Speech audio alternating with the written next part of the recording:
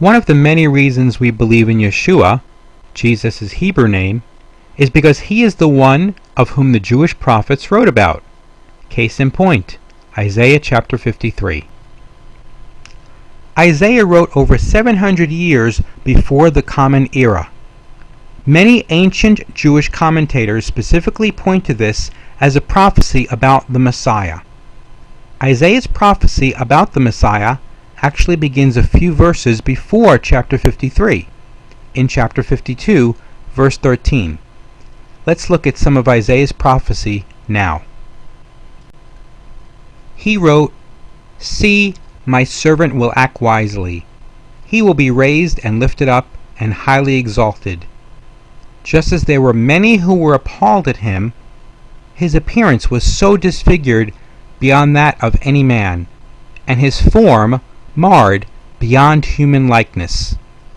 From this verse, we see that this unnamed servant will 1. Act wisely, 2. Be exalted, and 3. Yet will have many who were appalled at him.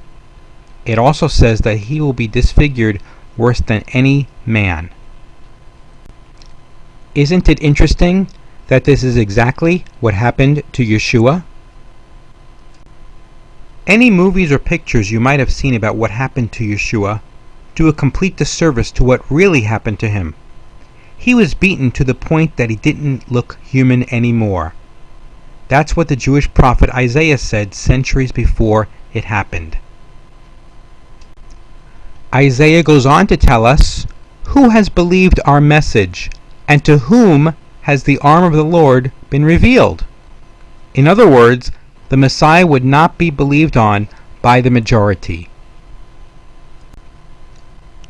Then Isaiah says, "He had no beauty or majesty to attract us to him, nothing in his appearance that we should desire him." So we see that this servant would not be a model, he would be an average-looking Jewish man. Isaiah goes on to say, "He was despised and rejected by men, a man of sorrows and familiar with suffering. Like one from whom men hide their faces, he was despised, and we esteemed him not."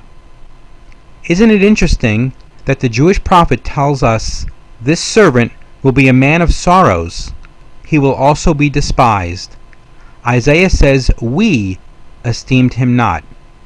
It is clear that this unnamed servant was not esteemed by Israel. Moving on in the prophecy, written 7 centuries before Yeshua, we read, "But he was pierced for our transgressions, he was crushed for our iniquities. The punishment that brought us peace was upon him, and by his wounds we are healed." Notice that this servant is pierced for our transgressions. Again, Israel's sins are put upon this servant.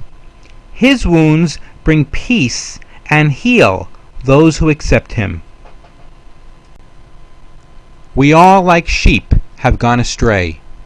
Each of us has turned to his own way, and the Lord has laid on him the iniquity of us all." Certainly we know that at times all of us, including you and I, have gone astray from God. But Isaiah tells us this servant will take the penalty upon himself. The sins of all of us were laid on him. Then Isaiah plainly tells us that the servant dies. He was assigned a grave with the wicked, and with the rich in his death, though he had done no violence, nor was any deceit in his mouth. The servant was apparently not a violent man, nor did he deceive anyone. When we look at what happened to Yeshua, he was placed upon a Roman cross with 2 other criminals that morning. Later that day, after his death, and due to the fast approaching Sabbath day, he was quickly placed in a rich man's borrowed tomb, with the wicked and rich both in the same day, just as Isaiah said would happen. Yet it was the Lord's will to crush him and cause him to suffer.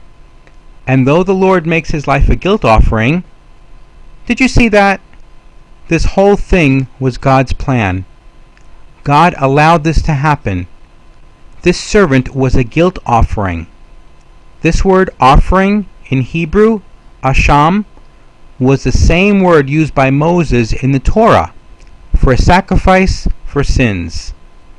In the Torah, the animal sacrifice died so that the penalty was paid. In this way, the sinner might not die and pay his own penalty. Verse 10 continues, "He will see his offspring and prolong his days."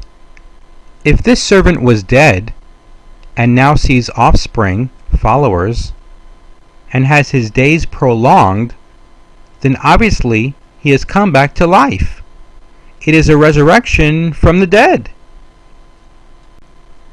Finally, the end of the chapter tells us, because he poured out his life unto death, he was numbered with the transgressors, for he bore the sin of many and made intercession for the transgressors. This servant, 1. poured out his life and died. 2. Came back from the dead. 3. Was numbered or counted with transgressors, sinners. 4. Carried their sins himself. And 5. Prayed for these transgressors. Who was this servant that Isaiah wrote about? It was the Messiah, Yeshua. Jesus suffered so that those who accept him can point to him as their substitute. If my child needed a transplant of any type, I would be the first in line to give whatever was needed to let them live. I would gladly die so that they might live. That's what Isaiah tells us the Messiah did for us. Would you like to have everlasting life? Yeshua says, "I am the living bread that came down from heaven. If anyone eats of this bread, he will live forever." If you're not a believer, and if you desire to become one, you can have the promise of everlasting life today. If you desire, pray this prayer. God, I am sorry for my sins.